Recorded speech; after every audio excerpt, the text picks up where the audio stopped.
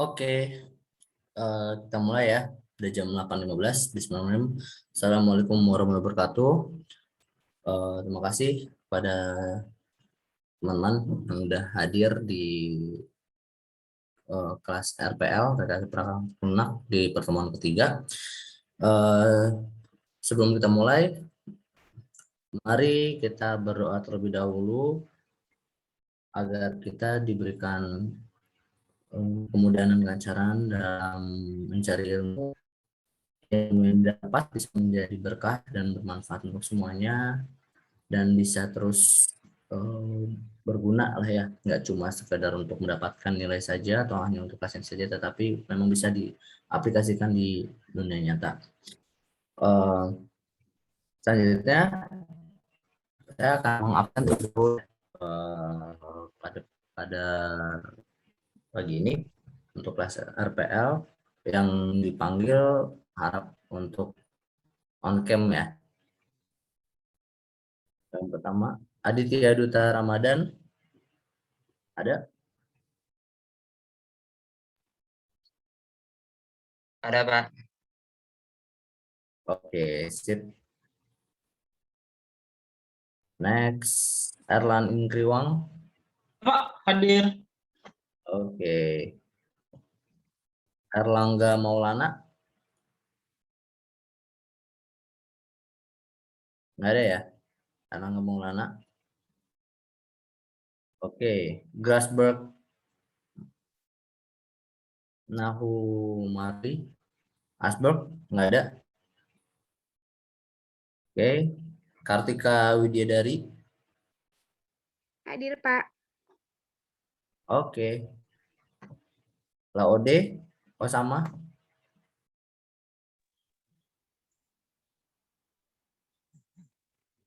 Hadir, Pak. Oke. Kemudian Fahrul. Hadir, Pak. Oke, Mas Fahrul ada. Reza Pahlevi. Hadir, Pak. Oh ya. Oke, Reiga Audian. Hadir, Pak.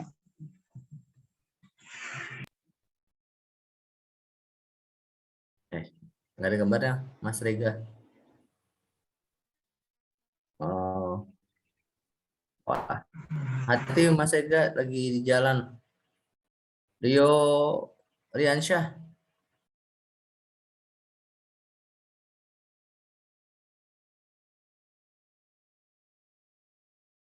Rio Riansyah nggak ada.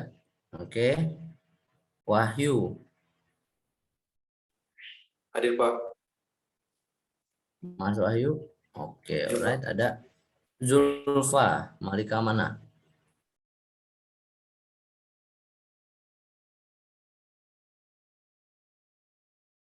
Zulfa, oke, nggak ada. Oke, berarti ini 4 ya yang nggak hadir. Ada yang tahu 4 itu kemana? Atau mungkin izin? Atau mungkin lagi sakit?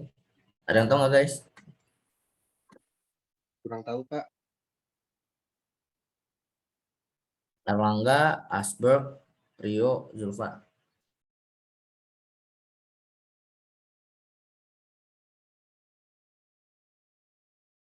Oke, udah kalau nggak ada yang tahu, berarti ini saya tulis alfa ya. Oke, untuk pertemuan kali ini, kita akan membahas terkait feasibility study. Kalau ada yang tahu terkait feasibility study, itu adalah cara untuk, atau studi ya sebetulnya, studi untuk mengetahui seberapa layak sebuah bisnis dijalankan. Studi kelayakan bisnis, feasibility study itu. Nah, oleh karena itu, pada pertemuan kali ini saya tidak mau terlalu teoritik banget sebetulnya, nanti hanya teori sebentar. Tetapi nanti setelah saya menyampaikan teori, kan kemarin sudah dibuat kelompok ya. Kalian saya berikan waktu diskusi 30 menit dan kemudian mempresentasikan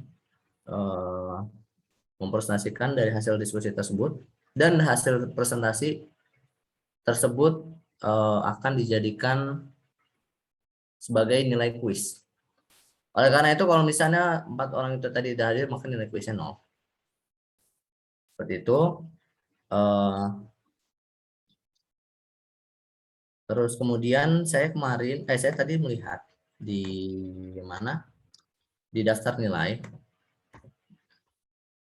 itu ada 3 mahasiswa yang belum memiliki kelompok, yaitu Erlangga, Fahrul, sama Riga. Itu emang belum membuat atau gimana ya? Mau nggak mau kalian menjadi satu kelompok ya. Coba Mas Erlangga, Mas Fahrul, sama Mas Riga bisa di-unmute dulu. Di pertemuan sebelumnya soalnya saya udah mengambil nilai tugas sebetulnya ketika presentasi terkait metode apa yang paling efektif untuk digunakan.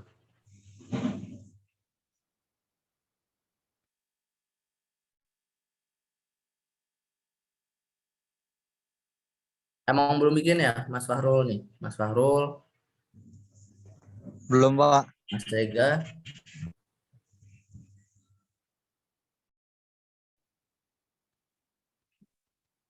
Halo. Belum, Pak. Oke. Ya udah kalau gitu kalian menjadi satu kelompok ya. Fahrul, Rega, sama Erlangga. Karena itu apa yang dikerjakan hari ini akan menjadi satu proyek besar yang yang akan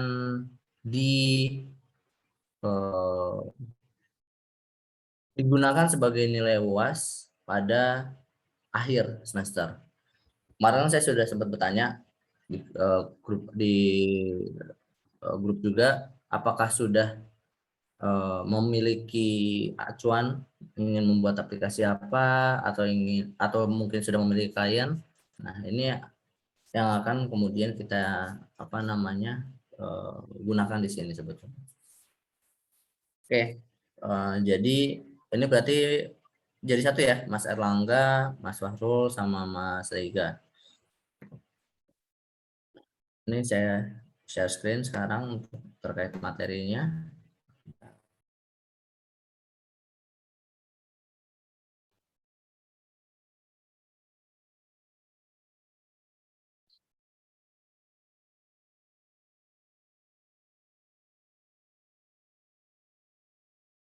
Oke, sudah terlihat ya? Sudah, Pak. Oke. Pertama, terkait feasibility study. Di sini ada yang udah pernah belajar atau menggunakan feasibility study sebelumnya? Atau ada yang itu salah, itu harus pertemuan 3. Atau ada yang tahu terkait feasibility study? Tidak, Mungkin siapa? Gimana? Tidak tahu, Pak. Oh, kirain tahu. Atau ada yang pernah dengar nggak terkait feasibility study? Saya belum pernah dengar, Pak. Belum, Pak. Berarti baru ya feasibility study ya. Feasibility study ini sebenarnya digunakan ketika kita masih dalam proses perencanaan sebetulnya. Perencanaan ingin membuat suatu bisnis, ingin mau nge-kick off suatu bisnis atau membuat suatu startup lah ya sebetulnya. Feasibility study mungkin akan sedikit slightly different sebetulnya sama studi kelayakan proyek sebetulnya. Kalau misalnya ada yang pernah dengar juga terkait studi kelayakan proyek itu sama seperti studi kelayakan bisnis ini, feasibility study. Cuma untuk kalau kelayakan proyek dia hanya digunakan untuk satu proyek toh. Sebetulnya misalnya gitu, Mas Wahyu gitu diberikan proyek untuk membuat sebuah sistem informasi rumah sakit SIM RS lah. gitu kan. Ya itu maka akan menjadi atau akan menggunakan yang namanya studi kelayakan proyek. Karena once the project done, ya udah selesai gitu kan. Tetapi kalau untuk feasibility study atau studi kelayakan bisnis itu enggak. Gimana kita bisa sustain di dalamnya? Gimana kita bisa terus nge-generate sales? Gimana bisnis model yang pas? Seperti itu. Jadi tidak hanya sekedar satu project doang. Ketika hanya satu project ya udah jalan, ya kan? Terus misalnya udah done gitu kan, klien sudah puas, oke, sudah selesai. Tetapi enggak, kalau studi kelayakan bisnis atau bisnis itu adalah dia terus berputar gitu loh. Ketika kita lagi di masa kejayaan, terus kita berpuas untuk itu saja dan tidak melakukan inovasi lagi atau tidak melakukan gebrakan lagi, udah lama-kelamaan bisnis kita juga akan sepi, sales akan menurun. Nah, inilah gunanya feasibility study sebetulnya. Ada banyak aspek dalam feasibility study yang dilihat. Yang pertama ada nanti sih akan dibahas lebih lanjut, ada aspek pasar, ada pemasaran, ada legalitas dan seterusnya. Itu akan digunakan untuk melihat sebetulnya apakah bisnis tersebut layak nggak sih. Let's say misalnya kita mau membuat suatu bisnis bengkel motor, ya kan, di daerah yang mayoritas adalah pejalan kaki, ya nggak masuk dong. Gimana kita bisa running bisnisnya, gitu kan sebetulnya. Dari aspek pasar aja, aspek market aja sudah tidak terpenuhi, gitu kan. Kemudian atau misalnya kayak kita ingin bisnis properti, let's say gitu. Tapi kita tidak punya modal dan tidak punya modal, gitu kan. Itu tidak bisa berjalan juga. Kenapa? Aspek keuangannya tidak memenuhi. Kita misalnya mau membuat bisnis apa ya? Membuat bisnis biji-bijian lah ibaratnya gitu. Atau enggak kita mau membuat bisnis daging, ya kan? Kita mau bisnis let's say kayak steak gitu kan, mau kayak wagyu dan sebagainya. Secara aspek ekonomi dapat, aspek apa namanya aspek misalnya pasar juga dapat karena suka gitu kan sebetulnya. Tapi ternyata di situ ada budaya misalnya cara masaknya yang berbeda gitu kan. Yaitu sama, itu tidak akan sustain. Location. Banyak banget aspek-aspek yang dibahas dalam feasibility study. Nah, sebetulnya apa sih feasibility study itu sendiri? Menurut Kasmir dan Jafkar di tahun 2012, feasibility study atau studi kelayakan bisnis adalah suatu kegiatan yang mempelajari secara mendalam tentang suatu usaha atau bisnis yang akan dijalankan dalam rangka menentukan layak atau tidak usaha tersebut dijalankan. Jadi pure kita melakukan deep research, sebetulnya deep planning kan, terkait bisnis yang akan kita jalankan, gitu kan.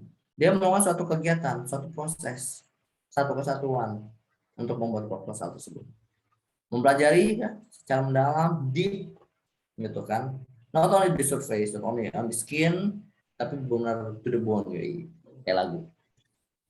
Secara mendalam tentang suatu usaha atau bisnis yang akan dijalankan dan rangka menentukan. Setelah kita melakukan deep research, udah ada data, udah analisis data dan seterusnya, ya kan. Kemudian kita nentuin, kita evaluate sebetulnya, kita bandingkan mana sih sebetulnya yang layak, atau bahkan misalnya kita punya banyak ide bisnis gitu, nggak ada yang layak, ya udah kita coba cari ide yang lain. Nah, tetapi feasibility study ini juga bisa digunakan atau dilihat dari sisi investor. Nah, feasibility study dilihat dari sisi investor adalah studi yang digunakan investor dalam menilai kelayakan suatu proyek untuk ditanamkan investasi atau menilai kelayakan suatu bisnis untuk ditanamkan investasi. Bagi investor, studi kelayakan ini sangat penting karena bisa memberikan gambaran tentang tingkat manfaat yang bisa diterima dan bisnis yang dijalankan. Betul. Well, when it comes to investor gitu sebetulnya, hal yang paling utama atau mendasari itu adalah bagaimana bisnis model tersebut, bagaimana emang value dari bisnis tersebut gitu kan, manfaatnya, bagaimana ROI-nya gitu kan sebetulnya, bagaimana bisa return ke mereka. Kecuali kalau mereka adalah angel investor ya. Beda lagi ketika itu angel investor, mereka biasanya ya udah pure karena ingin melihat seberapa banyak manfaatnya. Let's say kayak Init6. Init6 itu one of the angel investor sebetulnya. Ada yang investor benar mementingkan terkait duit, let's say kayak Founder Institute. Itu termasuk Walmart. Walmart itu sangat ROI-nya dia sangat memperhatikan banget bagaimana bisnis kita memberikan value terhadap mereka dan seterusnya. Jadi feasibility study ini sebetulnya tidak hanya mau kebermanfaatan itu tidak hanya dari sisi manajemen perusahaan gitu sebetulnya, tidak hanya manajerial, tidak hanya founder atau internal perusahaan, tetapi bisa memberikan manfaat juga dari sisi investor. Karena dari sisi investor sebenarnya ada banyak lagi, ada dilihat dari sisi masyarakat juga ada dan seterusnya. Nah, berbeda sebetulnya feasibility study studi kelayakan bisnis dengan studi kelayakan proyek, ya kan? Studi kelayakan bisnis merupakan penelitian terhadap rencana bisnis yang tidak hanya menganalisis layak atau tidak layak bisnis bangun, tetapi juga saat dioperasionalkan secara rutin dalam rangka pencapaian keuntungan yang maksimal untuk waktu yang tidak ditentukan. This the highlight sebetulnya. Dia tidak hanya kita buat jadi kelar udah pasangan gue dah, enggak. Tetapi bagaimana bisa dioperasionalkan running secara terus menerus, secara rutin setiap hari. Bahkan ketika bisnis sudah sustain, ada satu proses yang stop bisa menghasilkan kerugian yang sampai puluhan bahkan ratusan juta atau bahkan mungkin sampai miliar. Nah, ini bagaimana sebetulnya dengan feasibility study ini adalah ya kita untuk membangun suatu bisnis yang sustain. Tidak hanya sekedar jadi udah ada produk MVP udah baik, enggak. Itu namanya proyek. Kalau proyek ya berarti itu udah dan bagus succeed. Tidak dengan bisnis. Dia harus secara terus-menerus, secara rutin running. Untuk mencapai apa? Keuntungan yang maksimal atau keuntungan yang optimal lah sebetulnya. Kalau keuntungan yang maksimal belum tentu optimal sebetulnya. Jadi dengan keuntungan yang optimal atau maksimal dalam waktu yang tidak ditentukan, iya. Karena apa? Bisnis pasti harapannya ada long last, jadi kayak pacaran, long last, lama, gitu kan. Sampai seterusnya lah, ibaratnya harapannya kita bikin bisnis nih, misalnya bisnis di ranah fintech, yoi, yang lagi marah nih kan, fintech. Harapannya dari bisnis tersebut kita bisa menghidupi anak keturunan sampai 7 keturunan berikutnya, gitu kan harapannya. Atau bahkan terus sampai 10 keturunan dan sebagainya. Makanya kayak udah jadi Orkai, ngalahin Jeff Bezos, ya kan. Kayak gitu. Jadi dengan dalam jangka waktu yang tidak ditentukan, bukan hanya sekedar oke pengerjaan, kalau proyek ya kayak oke ini memiliki deadline selesai tanggal sekian nanti di deliver dah, bye. Enggak. Oke, kita memiliki deadline untuk apa? Untuk misalnya kita mau inovasi suatu produk, launching. Wah, kayaknya ini bagus sih misalnya fintech gitu ya. Kayaknya kita awalnya kita masih validasi manual gitu kan. Masih mengirimkan orang datang ngecek foto dan sebagainya. Terus kemudian ingin dikembangkan fitur namanya IKYC. Mungkin ada yang tahu? Di sini ada yang tahu nggak apa itu IKYC? IKYC. Ada yang tahu ada atau ada yang pernah dengar? Kayak Yes. verifikasi apa gitu? Apa? Ayo. Ntar ini kok nggak kelihatan sih? Nah, Kayak verifikasi data diri sih. apa? Kayak verifikasi data diri kayak foto KTP gitu, Pak. Setahu saya. Oke. Ini siapa nih yang ngomong nih? Kok nggak kelihatan? Muhammad Ya. Fahrul. Oh, Mas Farul. Yes, benar. Tahu nggak Mas Farul kepanjangannya? Kurang tahu. IKYC adalah Electronic Know Your Customer. Betul. Nice. Benar kata Mas Farouk. Jadi untuk mengetahui customer mereka, yang awalnya mereka masih ngirim orang, ayo. Namanya fintech, tapi masih jadul ya, masih ngirim orang gitu kan sebetulnya. Akhirnya mereka memiliki fitur, ya kan, mau menambahkan fitur tambahan yaitu verifikasi otomatis dengan IKEC Electronic Know Your Customer. Nah, ketika mereka ingin menambahkan fitur tersebut, barulah mereka membuat deadline.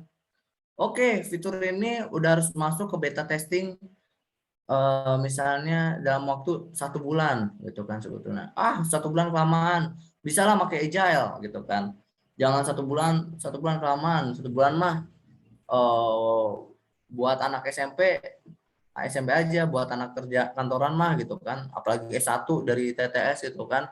Jangan 1 bulan lah, seminggu kita juga bisa ya, pakai agile nih kan. Wah, tahu nih agile, tahu nih pakai Scrum gitu kan. Dosennya Pak Fauzi itu. Sana deh, itu masuk nih, pakai Scrum gitu kan. Ya udahlah, buat apa namanya masuk beta testing 2 minggu deh. Oke, deal 2 minggu. Deadline. Proyek gitu namanya, kelayakan proyek. Kita ada studi kelayakannya lagi dan sebagainya, gimana sih IKC dan sebagainya. Ya kan, oke, studi dinyatakan layak gitu kan sebenarnya. Bikin running kick off ya kan, masuk beta testing setelah 2 minggu. Oke, berarti di deliver lusa. Biasanya gitu kan, udah selesai masuk di beta testing apa yang langsung di deliver. Maka DevOps ya kan, maka dokter tim DevOps langsung kewalahan biasanya. Wah, ini mana heboh lagi nanti kan. Nah, setelah udah beta testing di deliver kepada customer misalnya itu udah dan proyek lah, tapi bisnis running itu. Proyeknya adalah apa? Menambah IKC. Bisnis apa? Fintech tersebut. Jadi berbeda gitu. Bisnis tidak ada constraint waktu. Tetapi proyek tadi ada, ya kan? Deadline. Berapa lama? Nah, budgetnya sekian. Budget juga ada, bisnis juga ada budget sebetulnya. Sama. Gitu. Tapi dia kemudian tidak memikirkan di operasional secara rutin gitu loh. Kecuali kalau memang proyek yang di dalamnya include maintenance, itu bukan proyek udah namanya. Itu udah masuk ada sebagai bisnis di dalamnya. Seperti itu. Nah, kemudian manfaat studi kelayakan bisnis. Terdapat 4. Dari investor, kreditor, sudah ya, investor dan kreditor sebetulnya. Tapi biasanya kreditor lebih kejam. Gitu. Ada manajemen perusahaan, pemerintah, dan masyarakat. Investor, manfaatnya untuk investor ya. Nah, sebelum menanam modalnya di perusahaan yang akan dijalankan, investor pasti nih akan mempelajari dulu nih sebetulnya, ya kan? Akan mempelajari laporan studi kelayakan bisnis yang akan dibuat. Karena investor memiliki kepentingan langsung tentang keuntungan yang akan diperoleh dan jaminan modal yang akan ditanamkan. Baik lagi, mau dia angel investor, pasti harus ada return. Mungkin ketika angel investor, ya kan, returnnya tidak seperti benar literally money gitu kan. Oke, persenan gue minta 50% ya gue balik gitu kan. Dalam jangka waktu sekian ROI-nya sekian kan banyak gitu kan. Terus kayak ini modal yang ditanamin tuh ke mana gitu kan. Digunakan apa? Jangan sampai gue nanamin modal taunya lu ajeb-ajeb ke Holy Wings gitu kan sebetulnya. Atau lu malah nongki nggak jelas minum Starbucks 3 kali sehari gitu kan. Dalam waktu sebulan ya habis lah. Yang harusnya buat operasional bisa untuk hiring SDM gitu kan, untuk memperbaiki infrastruktur, untuk menambah fitur dan sebagainya. Lah ya kok malah buat Starbucksan 3 kali sehari atau malah mungkin 50 kali sehari gitu kan. Atau mungkin malah makan steak 3 kali sehari gitu kan di Wolfgang. Habis kan sebetulnya. Nah itu mereka harus jelas sebetulnya. Jaminannya apa? Modal yang ditanamkan, berapa return dan sebagainya. Banyak sekarang marah sebetulnya. Angel investor udah baik gitu kan, ngasih nanamin modal, ya udah gue pinjemin 50 juta, bukan pinjemin, gue kasih nih modal 50 juta, lu bikin lo return ke gue gini, return gue ya udahlah persenan aja dari hasil usaha. Gimana bisa persenan, gimana bisa balik kalau bisnis sekarang nih kalau nggak generate sales sebetulnya kan.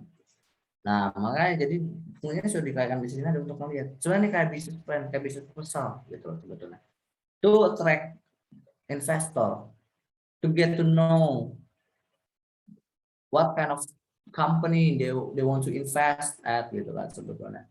Oh ternyata gini kelihatan gitu kan. Oh bisnis modelnya gini. Oke misalnya let's say media, oh dia sekarang emang butuh duit nih buat orang tuh tahu bisa ngisi dan sebagainya. Bla bla bla. Once udah memiliki big data, mereka menjual yang namanya placement. Wah, placement itu adalah ranah atau media ya, placement ads media yang sangat menggiurkan.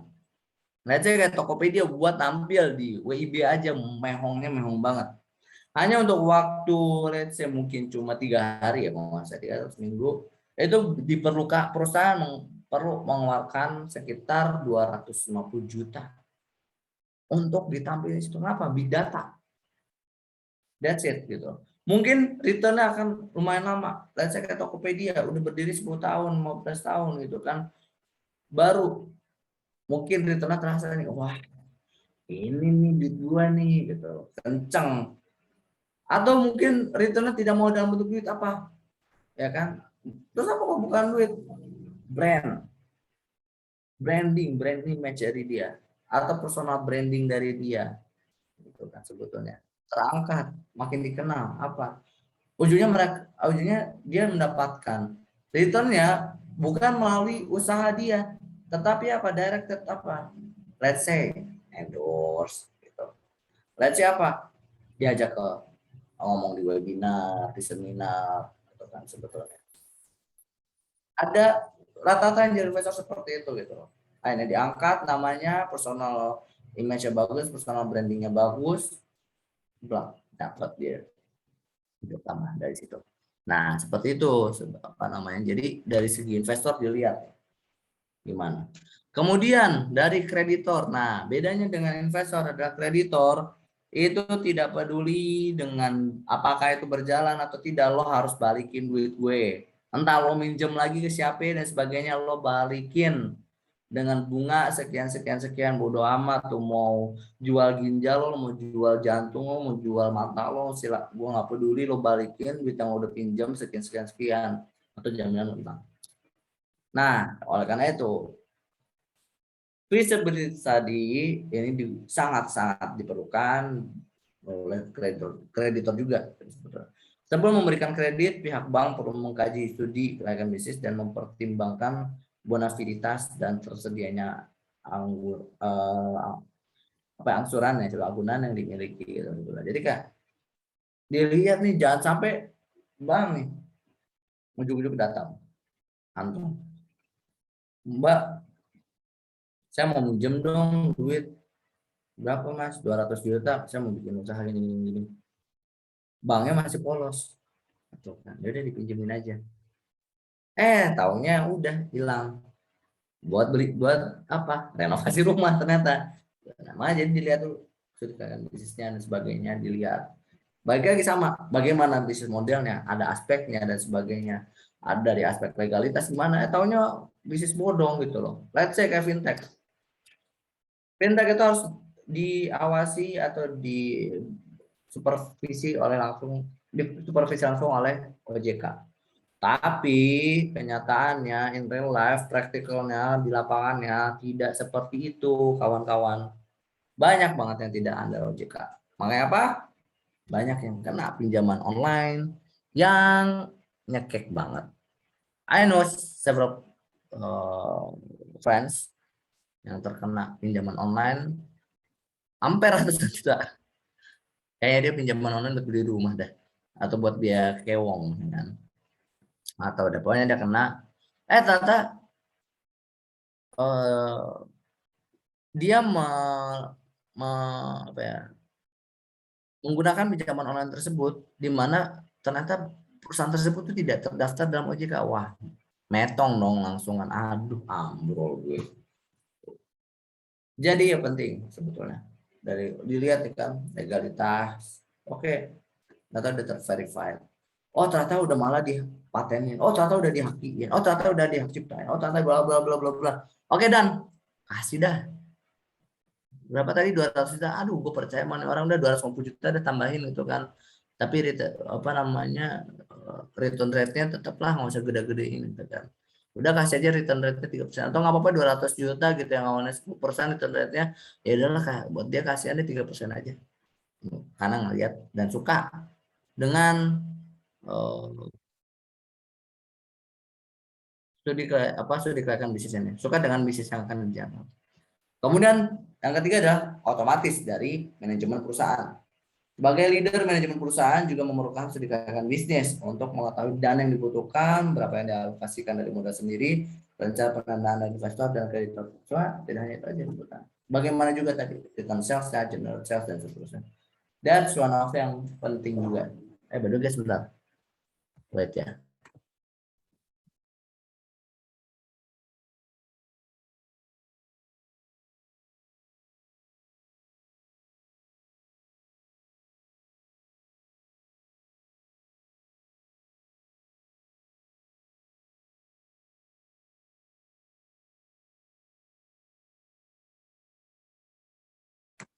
Halo loh, balik lagi ya.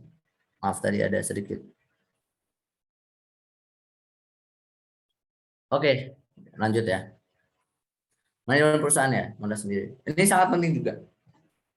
Malah feasibility study sebenarnya yang paling penting, paling utama adalah dari manajemen perusahaan. Jangan sampai dia salah. Cuma gini, ngelihat doang. Atau dengar katanya. Bullshit. Enggak. Lo bikin dulu studi kelayakan bisnis. Wah, ini kayaknya prospektif dan sebagainya. Banyak. Lu udah bikin belum penelitiannya? Lu udah bikin belum sebetulnya lempar kuesioner? Lu bikin dulu risetnya gimana bisnis tersebut. Gitu. Mungkin kalian pernah dengar, nah kan, udah bisnis yang penting mah mulai aja dulu. Tapi kalian pernah dengar nggak orang yang ngomong gitu berapa kali mereka rugi sebetulnya? Benar, mau mulai aja dulu. Tapi apa? Ketika kita udah mempertimbangkan, udah melakukan riset, bukan tiba-tiba gitu ya. Gue pengen lah jualan ban. Enggak. Kenapa? Alasannya apa? Backgroundnya? Kenapa pengen jualan ban? Iya, Pak, di sini orang tuh kan jalan rusak ya Pak ya. Jadi gampang banget ganti ban. Saya lihat dalam waktu sebulan aja orang bisa ganti ban 3 kali. Oh, buset. Jalan rusak apa atau paku atau isinya gitu kan sebetulnya. Atau gimana? Atau kan misalnya mau bikin bisnis benar malah kayak model-model Bridgestone misalnya gitu kan, pengen mengeluarkan produk baru. Wah, ini bagus nih produk untuk bisa di hujan, bisa dipanas dengan grip yang bagus gitu kan, anti slip, nggak bakal wheel spin. Kalau lu mau drag race atau gimana, silahkan bikin. Ada backgroundnya.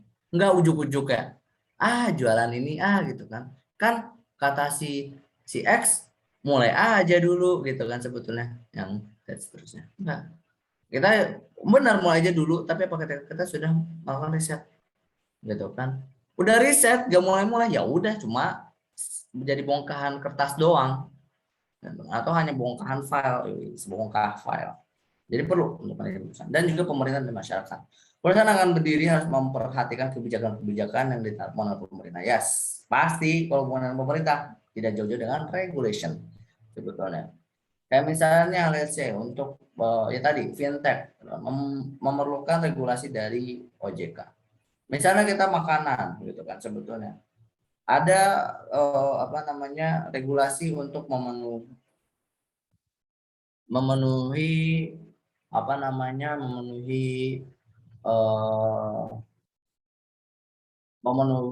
kriteria nilai gizi gitu kan. Atau misalnya mau dilabelin halal harus lulus atau mengikuti regulasi dari MUI untuk mendapatkan sertifikat halal. Uji layak uji ini dan sebagainya. Regulasi sama sertifikat bisnis ada di dalamnya. Ketika kita ingin mengajukan tersebut, ya legalitasnya seperti apa dimasukkan. Nah, sehingga dapat diperlukan untuk dibantu oleh pemerintah. Oke, sampai sini ada yang mau ditanya dulu nggak, guys? Ada Pak. Gimana, Mas Wahyu? Seperti yang Bapak jelaskan tadi, saya ingin bertanya sesuatu nih Pak. Gimana? Nah, misalnya mengapa sebelum suatu usaha atau proyek dijalankan perlu studi kelayakan terlebih dahulu? Padahal kan biaya untuk melakukan studi cukup besar, termasuk waktu untuk melakukan proyek tersebut. Nah, itu Pak. Kata siapa? Studi kelayakan ini butuh biaya besar? Tidak. Udah ada yang namanya Google Form. Lempar aja pakai kuesioner itu. Sebetulnya. Aspek apa misalnya? Aspek dari, let's say, kan kita harus melihat sebenarnya. Dari aspek keuangan. Udah tahu nih. Nanti kita masuk ke aspek feasibility ya. Aspek keuangan kita lihat sebetulnya. Oke, ini pemodalan dan sebagainya. Setidaknya ada apa? Dengan studi kelayakan ini, kita tuh tidak ujuk-ujuk modal kolor doang ibaratnya gitu. Modal kolor doang, plek. Jangan bisnis enggak. Dibilang makan budget tidak sebetulnya. Tapi makan waktu iya. Kenapa makan waktu? Untuk menyelamatkan bisnis kalian, untuk menyelamatkan bisnis yang akan dibangun. Lah, lu pengen dapat omset 10 miliar per tahun misalnya gitu kan, atau malah per bulan, ya kan, tapi lu nggak mau ngeluangin waktu 12 jam doang untuk membuat studi kelayakan bisnis. Lo pengen dapat investor 300 miliar, tapi nggak mau bikin studi kelayakan bisnis yang proper selama seminggu, lo ya harus ada yang disacrifice gitu loh. Lo milih mana meluangkan waktu seminggu untuk membuat studi kelayakan bisnis ini, ya kan, benar luangkan banget seminggu gitu kan, tapi lo bisa dapat investor 50 miliar let's say gitu kan, atau ya udah lo jalan aja gitu, nggak ada waktu seminggu lo khusus bikin kayak gini, tapi apa, lo nggak dapat investor, lo keluar dari duit sendiri, jenazahnya gimana, mandek, nggak ada uang pendanaan buat isi marketing, orang nggak tahu lo jualan apa sih tong, begitu loh. Pasti sesuatu hal ada sacrifice, tapi untuk masalah biaya ya, biaya pun juga sebetulnya oke, mungkin ada yang benar risetnya tuh proper banget gitu kan, sampai benar pakai biaya gitu kan, mungkin sampai apa namanya nyawa Nielsen. Ada yang tahu Nielsen di sini atau pernah dengar? Aduh, ini anak IT nggak tahu Nielsen nih.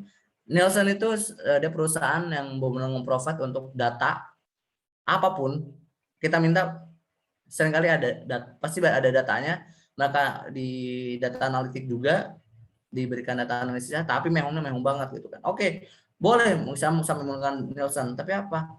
Ya bisa aja kita bahkan gini, kita bikin dulu studi kelayakan bisnis untuk membuat studi kelayakan bisnis yang the real. Kebayang nggak? Kita nggak buat dulu nih yang free. Kita bikin studi kelayakan bisnis, kita ajukan misalnya ke investor atau gimana untuk membuat studi kelayakan bisnis yang lebih proper lagi. Jadi investor membiayain untuk membuat studi kelayakan bisnis yang baru. Let's say yang sebelumnya oke, dapat pendanaan cuma 50 juta. Tapi lu udah bisa bikin studi kelayakan bisnis yang proper untuk apa? Lu balikin kepada investor sebelumnya misalnya returnnya gitu kan. Lu bikin untuk apa? Studi kelayakan bisnis yang baru untuk mendapatkan 10M atau untuk mendapatkan 50M investor. Seperti itu. Begitu Mas Wahyu. Paham Pak. Makasih Pak. Oke, sip. Ada lagi yang mau tanya? Come on. Mas Osama atau Mas Reza? Mas Reza baru datang ya? Dua pertemuan nggak hadir ya, Mas Reza ya? Saya minggu pertama ini Pak dispensasi. Oh ini apa namanya e-sport ya? Iya Pak, lomba. Oh iya. Yang minggu kedua kemarin emang enggak ya? Emang? Iya. Oh ya oke. Ada yang mau ditanya nggak Mas Reza? Asik. Boleh Pak. Saya mau Apa? nanya nih Pak. Kalau misalnya cara branding perusahaan kita ke orang-orang tuh gimana ya Pak? Yang baiknya? Nge-branding perusahaan kita untuk bailout. Kita nge-branding atau kita membuat orang aware dengan produk kita. Soalnya itu dua hal yang sama sih. Lebih ke mana tapi? Orang yang biar lebih aware ke produk kita Pak. Mudah sebetulnya. Manfaatkan digital marketing. Itu. Mungkin kalian ada yang follow Arif Muhammad di sini? Ya pada follow ya? Follow nggak Mas Reza? Enggak Pak. Oh nggak follow. Iya jadi dia tuh lumayan bagus teknik digital marketingnya ya sebetulnya ya. Jadi dia membuat suatu tren yang positif, kemudian itu menjadi branding dia. Atau misalnya kayak terkait bakso Aci Akang gitu kan sebetulnya. Dia membuat teaser dulu terkait produk yang dia mau bikin gitu kan, dengan ngasih dengan ngeluarin apa? Dengan ngeluarin lagu, habis itu dengan membuat billboard dan sebagainya. Habis itu jadi aware nih, bertanya apa sih Bang? Nah, itu untuk branding apa? Bakso aci Akang. Bahkan hanya untuk jualan bakso aci doang gitu sebetulnya. Tetapi ya ketika kita udah di high level seperti itu kan billboard tuh mehong banget ya, 1 miliar lah bisa ya kan sebetulnya, atau let's say 350 juta kalau nggak salah per hari ya kan. Nah harus minggu gue lupa sih, gue sekarang waktu itu pernah mau nyoba billboard gitu kan untuk startup gue, cuma nggak jadi gitu kan. Nah sekarang ada yang namanya digital marketing, gunakan yang namanya Google Ads, Facebook Ads dan sebagainya. Where juga bisa gimana ya kan, dengan memberikan promo dan sebagainya. Yang penting tuh orang tahu dulu. Itulah gunanya digital marketing sebetulnya. Ketika udah tahu baru masuk. Itu yang tahap awal. Tetapi ketika misalnya nih kita bukan aware gitu ya. Orang udah tahu nih, ibaratnya let's say lu pasti udah tahu Nike, ya nggak sebetulnya. Nike, ya kan, udah tahu. Nah, tapi dia pengen orang tuh lebih tahu brandnya dia apa sebetulnya. Just do it, lakuin aja gitu sebetulnya. Dia buat lah misalnya campaign yang kayak ibaratnya pakai apa orang olahraga, bahkan orang misalnya yang waktu itu gue pernah lihat salah satu campaign mereka yang orang disabilitas gitu kan sebetulnya bisa pakai Nike juga dan sebagainya. Yang penting mereka ada kemauan dan sebagainya. Branding. Oh iya, dia ternyata bisa membantu nih, bahkan orang yang disable aja bisa gitu sebetulnya dengan menggunakan Nike. Branding. Orang udah aware, udah, siapa yang nggak tahu Nike? Ibaratnya gitu kan. Atau misalnya Asus, ya kan? Semua udah tahu Asus, ya kan? Atau enggak apa ya? Ya benar sih Asus lah ibarat gitu kan. Asus, semua udah tahu Asus gitu kan. Tapi apa? Dia membuat branding tersendiri gitu sebetulnya. Dia konsisten, persisten terhadap apa yang dia gunakan dengan apa? Dia kalau nggak salah in search for incredible ya kalau nggak salah Pak Asus kan sebetulnya search for incredible. Dia ingin memberikan kayak bahkan untuk laptop like TUF, ROG sekarang udah memiliki tagline baru yaitu menggunakan military grade kalau nggak salah ya sekarang menggunakan military grade dan sebagainya. Branding konsisten, persisten terhadap produk yang dia gunakan, yang dia keluarkan itu selalu digunakan. Itu kalau untuk branding. Yang penting apa? Konsisten, persisten. Tetapi ketika kita mau orang aware, gampang. Aware itu dengan menggunakan digital marketing, engagement. Bisa dengan cara apa juga? Endorse, menggunakan dari influencer dan seterusnya. Seperti itu, Mas Reza. Oke Pak, terima kasih banyak Pak. Oke, ada lagi yang mau ditanya? Atau ada yang mau bertanya? Mas Reza ini saya dulu pernah punya partner nih, namanya Reza juga. Dia jago buat desain.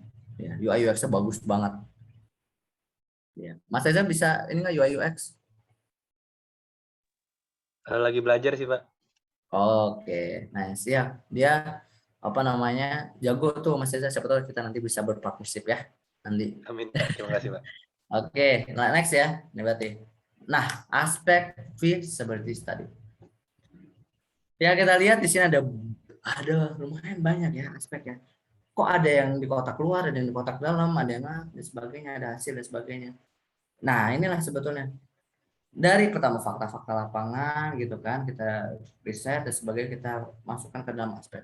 Nah, ada yang namanya aspek eksternal, ada yang namanya aspek yang internal. Let's say apa? Aspek eksternal itu adalah dari aspek kayak aspek pasar, aspek legalitas, aspek lingkungan eksternal.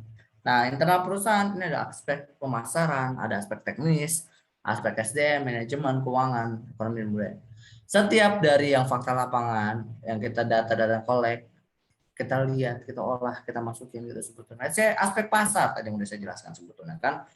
Ibaratnya gini, lo jualan, lo pengen bikin usaha bengkel, tapi di situ pada pakai apa namanya pakai jalan kaki doang gitu sebetulnya. Mereka lagi mengusung namanya apa go green lah ibaratnya gitu kan, membudayakan bibir jalan. Biasanya kayak di Bintaro, walaupun Bintaro cuma hari Minggu doang gitu kan sebetulnya. Dia memfokuskan pada apa namanya berjalan aja, ya enggak gitu sebetulnya. Kalau di situ lo jualan misalnya gitu kan, minuman segar, Pocari gitu kan sebetulnya, atau malah jasa fotografi gitu loh sebetulnya yang lagi marak juga gitu kan. Nah, itu berarti apa? Aspek pasar memenuhi checklist. Ya kan? Habis itu internal apa namanya? Hukum dan legalitas. Ya kan? Misalnya fotografi gitu kan sebetulnya. Oke, gua nggak tahu nggak banyak tahu terkait fotografi sebelum misalnya saya hukum, legalitas dah. Ini sebetulnya apa sih legalitasnya? Apakah dia freelancer gitu kan sebetulnya apa nanti atau kita bisa kalau mau menjadikan dia PT atau perusahaan yang lebih serius gitu kan, sama apa aja sih yang dibutuhin dan sebagainya. Nah, itu kita lihat sebetulnya dari regulasi pemerintah, hukumnya seperti apa gitu kan.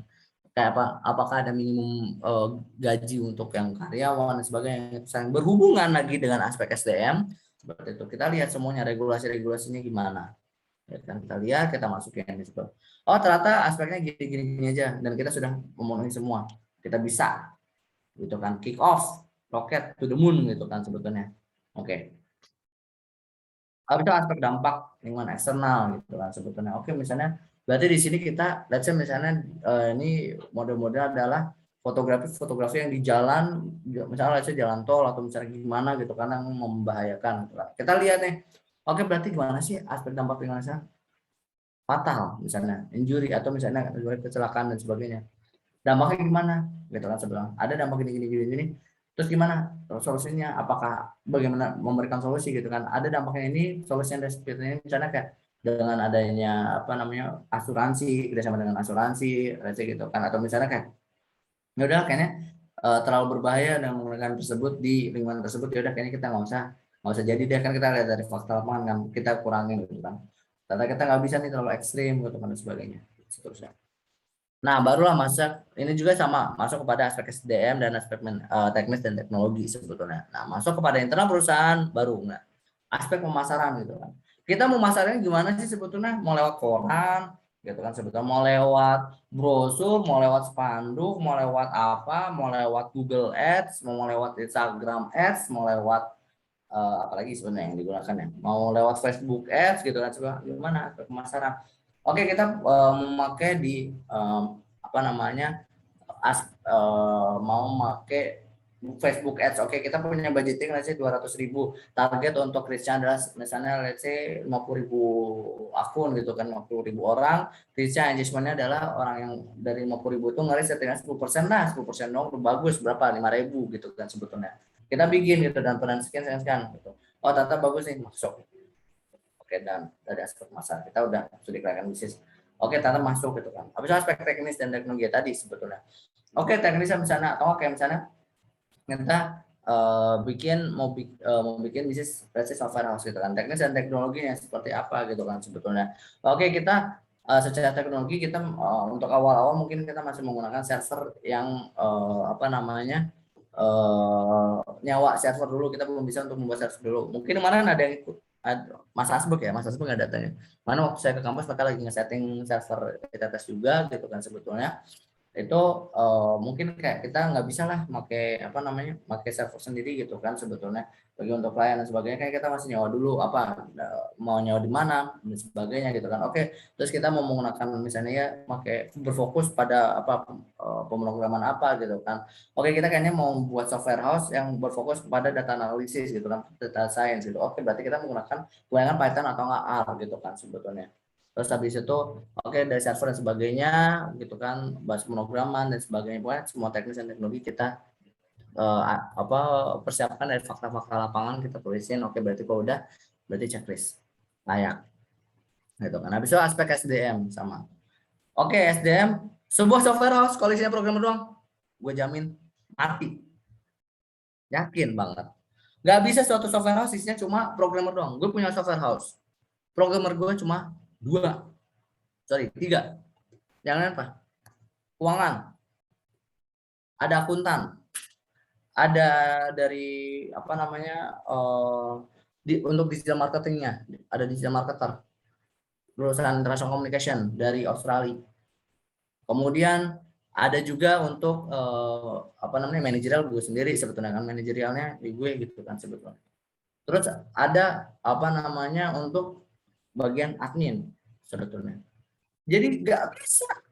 Jangan mentang-mentang software house ada 12 orang atau 20 orang, 20 programmer lah, ya gimana, otak programmer nggak bisa untuk ngejalanin bisnis semuanya. Mereka udah kebanyakan line by line doang coding gitu sebetulnya, nggak bisa.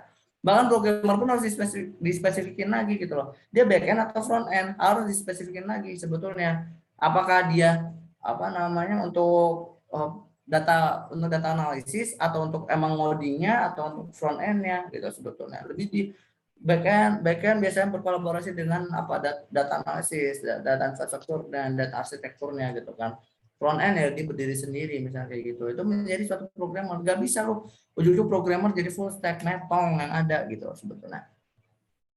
Jadi harus ada apa ahli-ahlinya gitu. Kalau mau yang benar jalan, gue pernah awal-awal gitu kan sama nih masih semester 3 gue masih bikin tim lah hebat gitu, belum sampai software house, belum gue PT-in gitu kan. Bikin tim gitu kan, isinya tuh 7 orang, 8 orang, isinya programmer semua. Ambiar langsung udah bubar. Gitu. Kenapa? Nggak bisa. Ya kan kita butuh klien ya sebetulnya. Kita otak cuma ngoding itu kan sebetulnya.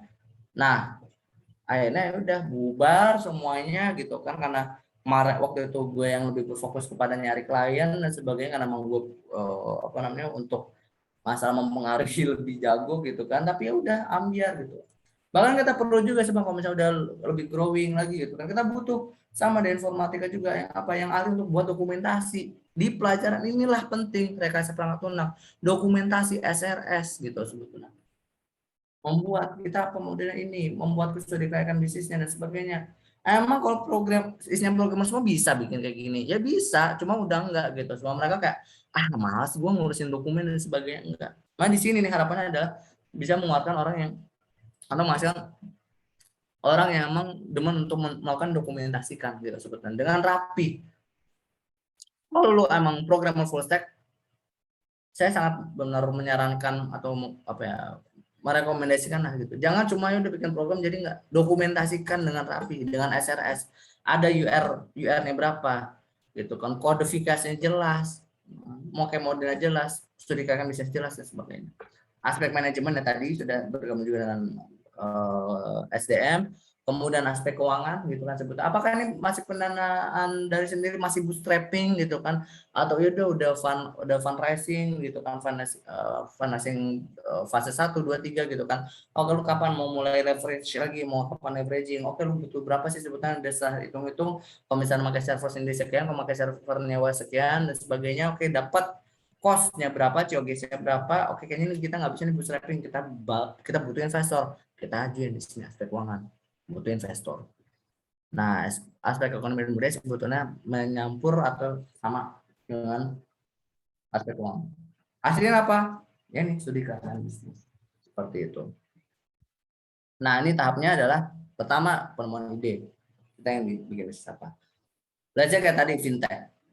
Oke, udah fintech gitu kan. Jadi proyek yang dapat menghasilkan produk laku untuk dijual dan menguntungkan dengan penelitian atau organisasi dan dengan baik serta dukungan sumber daya yang memadai. Misalnya tadi ya, misalnya bikin fintech atau misalnya kayak kita mau bikin apa namanya sebuah startup gitu kan, dalam bidang misalnya tour sih gitu kan, bikin startup dan bidang tour, kayak mungkin modelnya bukan kayak Traveloka, bisnis modelnya beda. Kalau Traveloka kan untuk membeli hotel, tapi ini adalah malah memberikan namanya fasilitas untuk tour guide dan sebagainya gitu, cuma ide. Kemudian melakukan penelitian, mengumpulkan data-data fakta dari yang kita udah keluarin. Oke, kita mau bikin tour misalnya namanya nanti siapa, Tikas touring atau enggak Tikas tour, wonderful Kalimantan, let's say gitu kan. Nah dari situ apa namanya penelitian, mengumpulkan data, dapat collecting data, kemudian dari data yang dapat kemudian diolah, dianalisis dan sebagainya. Inilah proses penelitian ini yang tadi dilihat di proses aspek feasibility tadi ini. Ini penelitian nih, kita gathering data, analisis dan sebagainya. Kemudian menghasilkan ya.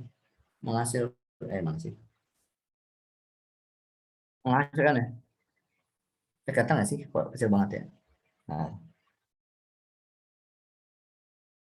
Dasar. Nah ini dari ini nih semua data-data kemudian nih dari penelitian ini dapat kemudian dievaluasi nih. Dievaluasi apa? Misalnya lo punya banyak, ada lebih dari satu ide bisnis, lo evaluasi gitu sebetulnya, membandingkan sebetulnya. Misalnya satu mau bikin fintech, yang satu mau jualan bakso, sebetulnya gitu kan. Kita bandingin sebelah gimana aspek pasarnya gitu kan. Oke, fintech kalau di sini, wah kayaknya ini lebih prospektif gitu. Orang lagi lebih butuh pinjam uang gitu dibanding apa namanya beli bakso. Gimana mereka mau beli bakso, duit aja nggak bisa. Apalagi misalnya bakso itu kebutuhan tersier. Atau misalnya let's say lu mau bikin usaha steak deh, yang lebih mahal begitu kan. Boro-boro beli stick gitu kan, beli stick lo apa namanya buat bertahan hidup atau buat makan aja kayak masih mikir gitu kan, apa ya udahlah fintech aja gitu ya dari aspek pasar. Tapi tunggu dulu, lihat dulu nih dari aspek keuangan gitu kan. Gimana butuhnya apa dan sebagainya. Lihat dulu dari aspek SDM dibandingkan dan sebagainya. Oke, dari SDM aduh kalau jualan steak sih lebih dikit sih sebetulnya ya, gue udah punya kenalan koki ini sekian sekian sekian harga sekian sekian ya, kalau misalnya usaha steak gue masih bisa lah bootstrapping. Tapi begitu fintech aduh gue butuh nih investor, mau nggak ada yang ngebiayain dan sebagainya gitu. Dievaluasi manfaatnya dan sebagainya, dievaluasi semuanya, dilihat. Nah kemudian setelah evaluasi muncullah ide, ya kan, ide satu yang terpilih. Misalnya tadi ya udahlah di perusahaan bikin fintech, nah kan dengan skor tertinggi tadi kan saya dibanding-bandingkan dengan skor tertinggi terhadap fintech, udah dari perusahaan yang lain kemudian masuklah kepada rencana pelaksanaan. Setelah bikin studi kaki bisnis, bikin namanya bisnis plan sebetulnya, atau sama aja.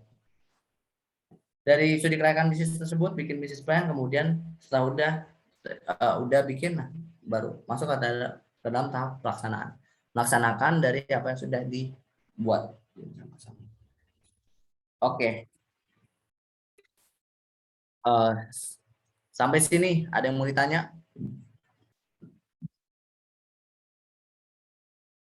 atau kecepatan nggak tadi ngejelasinnya guys? Ini dia pada ngerti kan ya?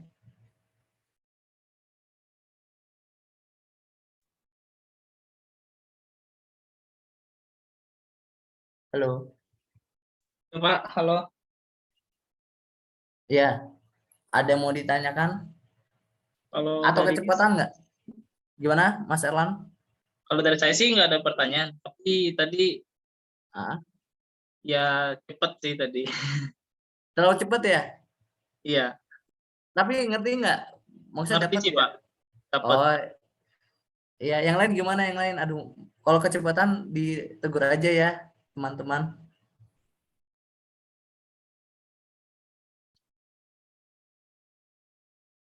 Ini udah tinggal 10, ini pada kemana nih?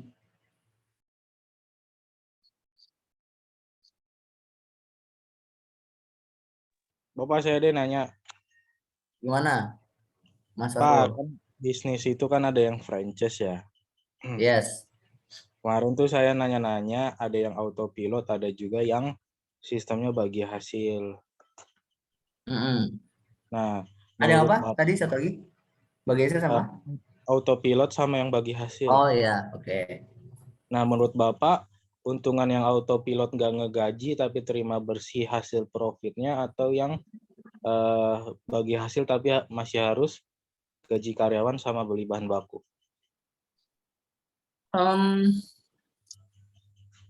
Sebetulnya nggak bisa langsung kayak gitu sih ya, Mas Fahrul ya. Kita harus Iya. ngeliat dulu, benar gitu sebetulnya. Itu harus perhitungan. Kayak misalnya tadi, kalau autopilot kita menerima omsetnya doang, let's say gitu kan sebetulnya. Berarti kan kita di situ sebagai investor ya nggak sih? Sebetulnya kita invest, ya udah return ke kita gitu kan sebetulnya. Nah, ini juga bisa dilihat nih sebetulnya dari karakteristik Mas Fahrul. Mas Fahrul lebih suka yang ya gue terima beres aja lah, atau yang suka untuk ngejalanin, untuk ngatur strategi sebetulnya. Jadi itu adalah balik lagi kepada personal gitu. Kalau misalnya gue sendiri sih gue mungkin ya bakal memilih keduanya gitu loh. Tapi gimana kondisinya? Yang satu adalah ketika misalnya gue ngelihat ini bisnis kayaknya kalau gue ngejalanin bisa lebih bagus sih sebetulnya. Gue punya passion di sini. Gue akan memilih yang bagi hasil. Ketika gue duitnya udah lebih banyak lagi dan sebagainya, gue mungkin ya udahlah gue terima beres aja. Duit gue udah banyak, gue juga ya udahlah gue udah capek, gue bakal milih yang udah autopilot. Seperti itu sih Mas Farul.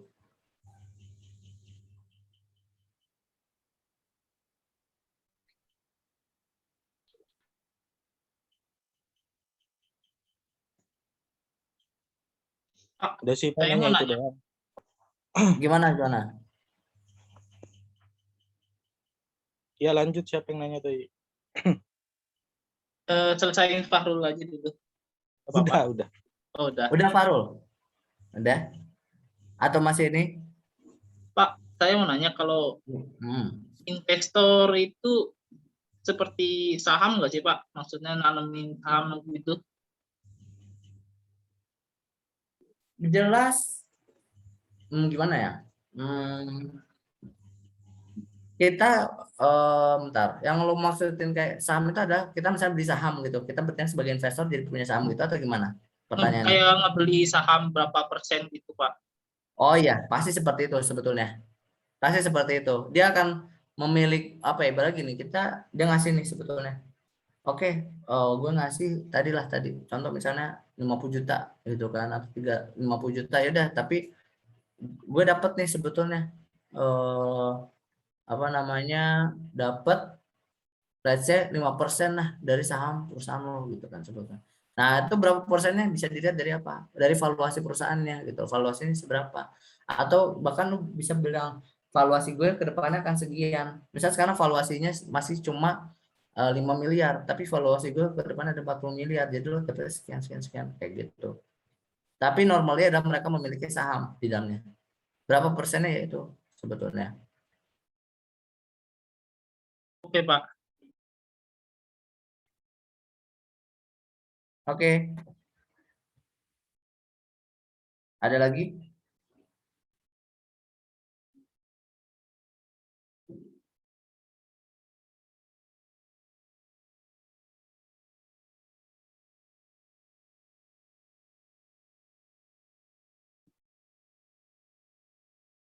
Ya udah, kalau misalnya enggak, ini 30 menit kalian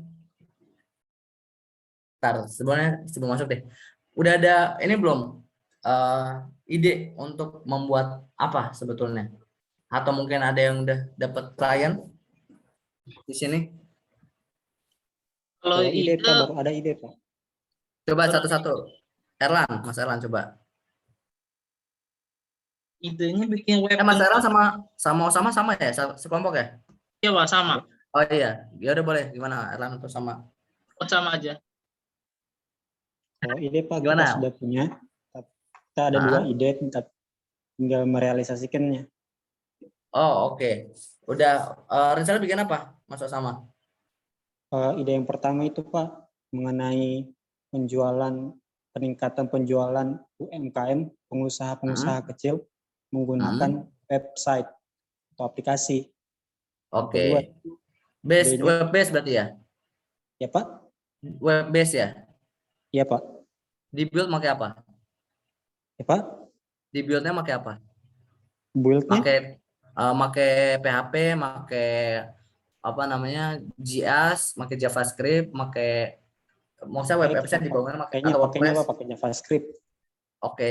Pakai apa? Node.js, Vue, Node.js. rencana Node.js ya? Nggak React? Enggak Pak. Oke. Terus habis itu satu lagi? Ide yang kedua itu mengenai kayak meng-scan sampah lalu menghasilkan uang dari scan apa yang mereka scan. Oke, bank sampah gitu ya? Ya Pak.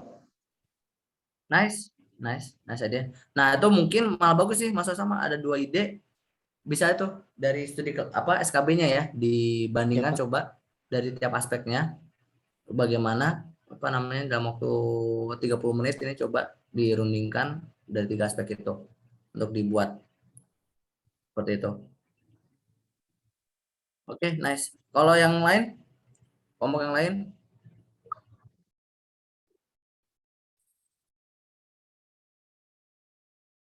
Ini dari kelompok si siapa nih? Lagi ya? Dari kelompoknya Mas Reza.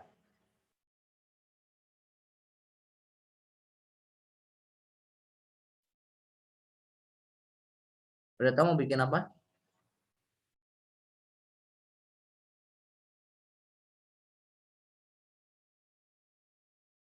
Halo, masih di mute Mas Reza?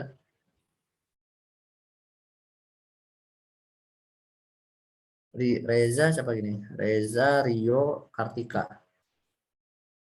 Mas Rio, Belum dapat idenya, Pak.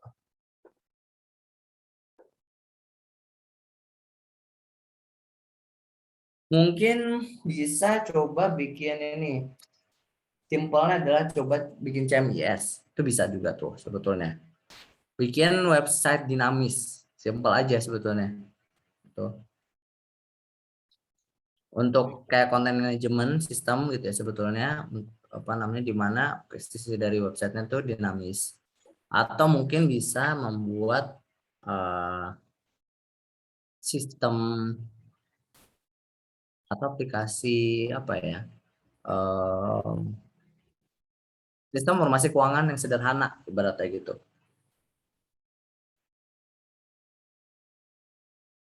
Oke, Atau Pak. udah pernah didiskusikan belum? Belum sih. Oke, dan ini berarti nanti langsung coba sama Mas Reza sama Mbak Tika ya. Yuk.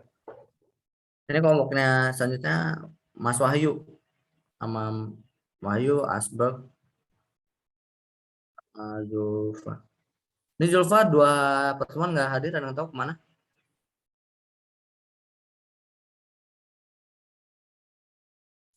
Kurang tahu Pak kalau kemana Pak maksudnya. Ada, nih Mas Wahyu, rencana mau bikin apa Mas Wahyu? Ini Pak masih didiskusikan sama Kak Asbek Pak. Oke. Dan ini berarti saya kasih waktu 30 menit ya untuk mencoba bikin apa namanya dari yang aspek-aspek ini. Saya share dulu ya, berarti ya ke mana?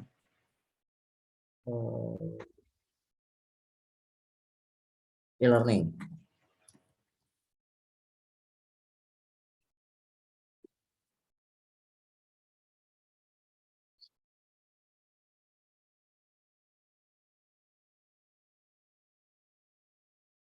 Ini selama 30 menit kalau misalnya mau ditanya, mau diskusi silahkan aja ya. Apa namanya? Feel free.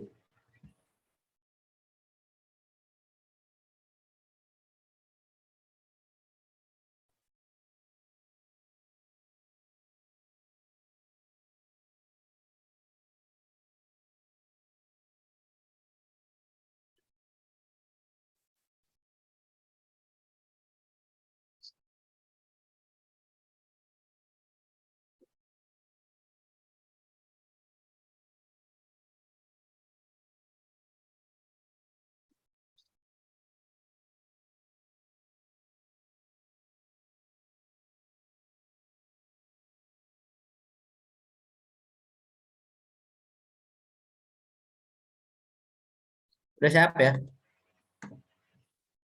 Bisa dicek.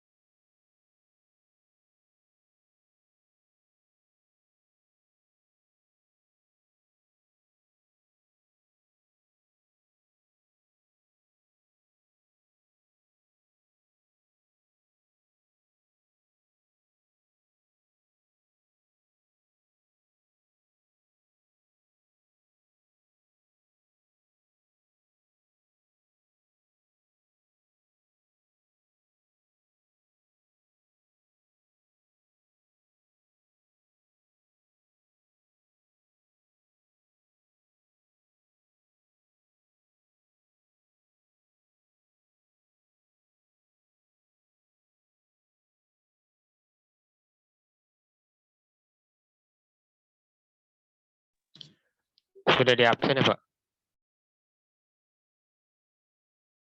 Gimana? Ini udah di absen belum Pak? Sudah, Mas Erlangga. Kenapa telat? Tadi sepertinya waktu di absen saya hilang sinyal ya Pak. Udah sempat masuk tapi keluar gitu Pak. Terus sekarang masuk lagi. Oh gitu. Ada yang ngelihat Mas Erlangga masuk?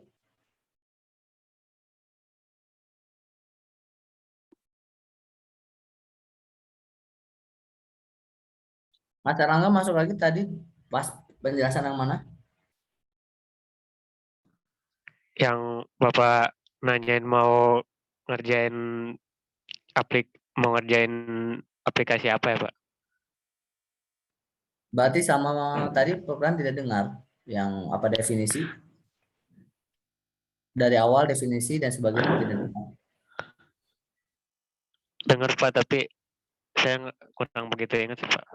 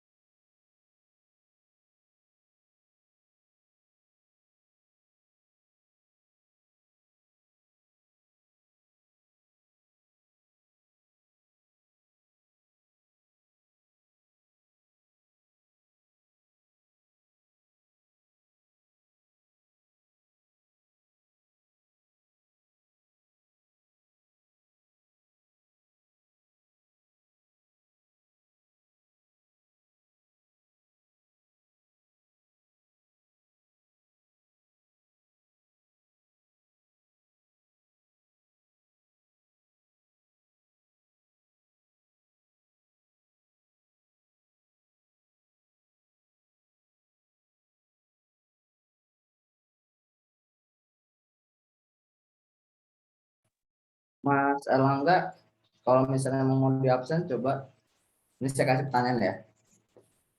Kenapa ketika memulai bisnis diperlukan yang namanya feasibility study atau studi kelayakan bisnis? Maaf, fitur apa tadi? Kalau kenapa kita ketika ingin memulai suatu bisnis memerlukan feasibility study atau studi kelayakan bisnis? Kenapa kita nggak langsung aja gaspol aja gitu, langsung mulai aja dulu? Tapi kenapa kita memerlukan feasibility study? Nanti kalau bisa jawab saya akan absen.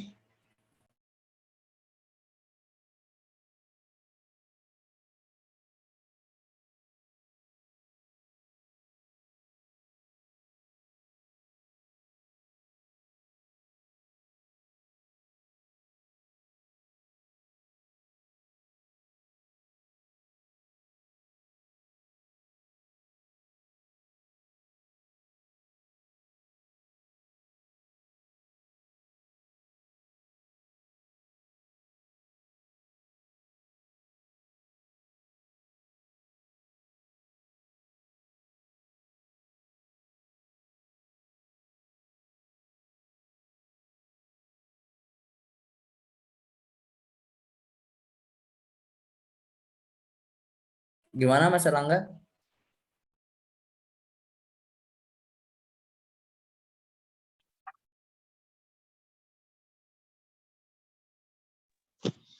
Ya kalau menurut saya, kenapa suatu bisnis perlu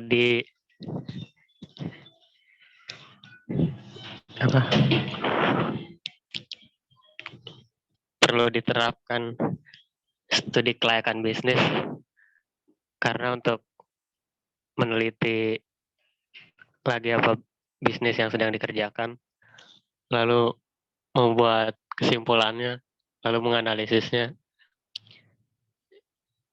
agar sebuah proyekan atau sebuah bisnis yang akan diselesaikan dapat sesuai dengan apa yang direncanakan sebelumnya. Lalu agar menghindari dari kecacatan, error, kerugian dan lain sebagainya. Oke ya, bolehlah masuk. Tapi buat di note adalah dengan melakukan SKB ini, sebetulnya adalah untuk mengurangi potensi kita rugi lebih banyak sih sebetulnya ya. Kita lebih baik meluangkan waktu sedikit untuk membuat studi kelayakan bisnis ini sebelum mau mulai bisnis, karena daripada kita tidak membuatnya dan berujung pada kerugian atau sales yang tidak diharapkan. Seperti itu sih Mas Langga. Yaudah, saya absen ya. Baik Pak. Makasih Pak. Iya, baik, terima kasih banyak kembali Pak. Akan saya ulangin lagi deh Pak. Mohon maaf Pak sebelumnya.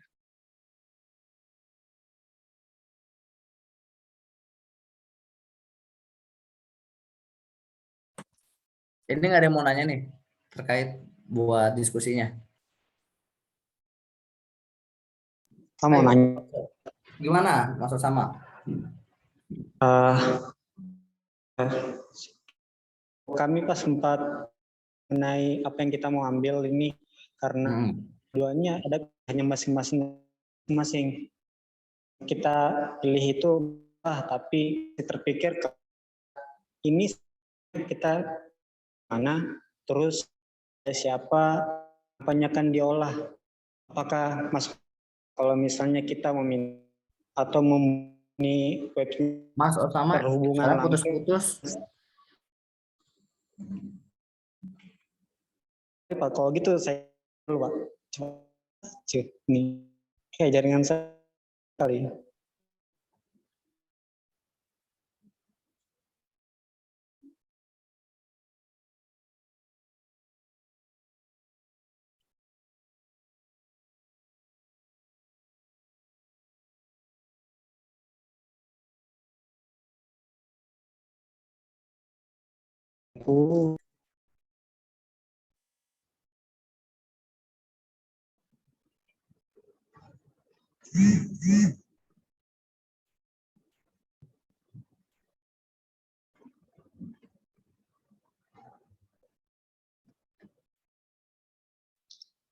Halo, Assalamualaikum Pak. Oke, udah jelas Mas Osama. Jadi itu pertanyaannya, apakah memungkinkan nggak Pak kalau misalkan kalau misalnya tadi itu ide yang kita pakai itu kelompok saya mengenai bank sampah, boleh nggak kalau misalnya kita meminta support atau meminta modal dari dinas sosial Pak? Apakah itu tidak aneh? Boleh aja. Itu malah kalau bisa berkolaborasi tuh brandingnya akan mencuat banget Mas Osama sebetulnya. Nggak masalah, ditulis aja. Itu one of cara sebetulnya. Baik Pak. Terima kasih Pak. Ya.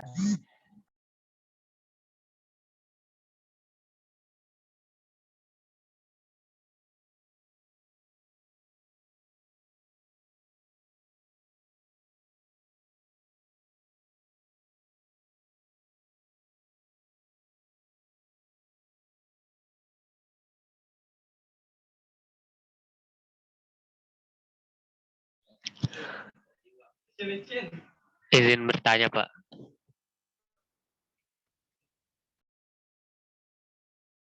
Ya gimana?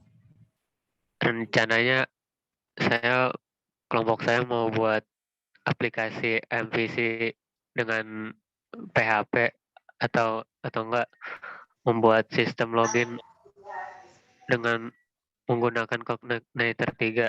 Tapi saya lihat tutorial dari membuat sistem login dengan kode Igniter 3 atau membuat aplikasi MVC dengan PHP. Tapi saya mengikuti tutorial dari YouTube, Pak. Kira-kira kalau seperti itu bisa tidak, Pak? Benefitnya apa? Sebetulnya apa keunggulan dari sistem login yang kamu buat sebetulnya? Kan sistem login sebetulnya udah banyak ya sebetulnya, bahkan login yang normal aja juga bisa gitu kan sebetulnya. Terus apa keunggulannya? Seperti itu.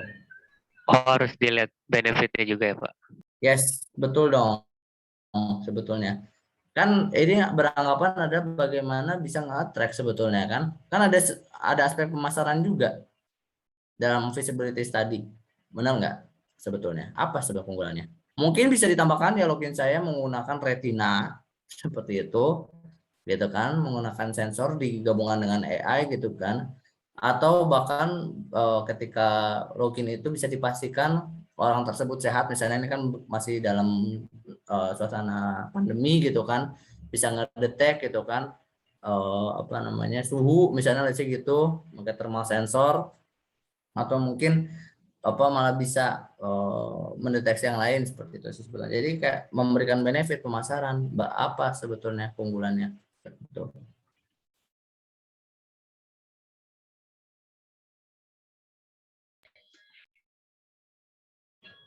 Baik, Pak, akan saya tinjau kembali kalau begitu. Oke.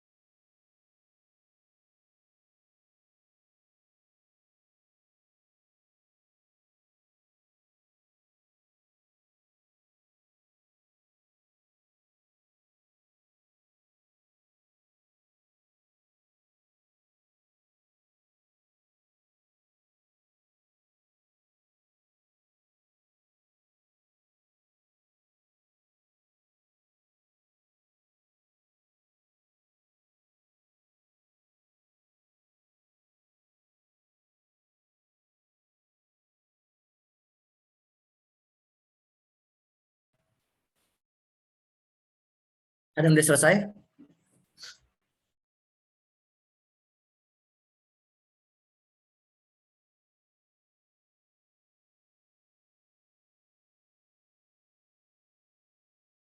Oke, kayaknya kalau misalnya emang belum ada yang selesai, kita kita lanjutkan aja minggu depan. Dilengkapi aja untuk dokumennya, studi kelayakan bisnisnya, dibuat yang proper, kemudian juga dibuat presentasinya dengan baik. Minggu depan dipresentasikan, ini akan menjadi nilai kuis juga untuk dari studi kelayakan bisnis ini. Mungkin ada pertanyaan?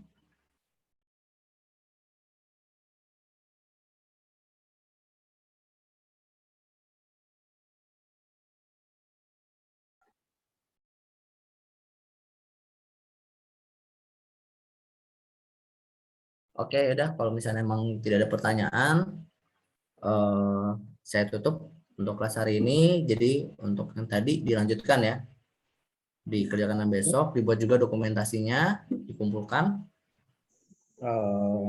Kalau ada pertanyaan bisa langsung direct ke personal chat PC saya di WA, atau bisa langsung tanya ke grup, free aja gitu kan, sebetulnya bakal saya jawab. Ya, kita tutup kelas hari ini. Terima kasih banyak yang sudah hadir. Semoga ilmunya bisa menjadi manfaat dan membawa berkah. Amin amin amin. Sampai jumpa minggu depan. Wassalamualaikum warahmatullahi wabarakatuh. Waalaikumsalam. Waalaikumsalam. Terima kasih, Pak. Terima kasih, Pak.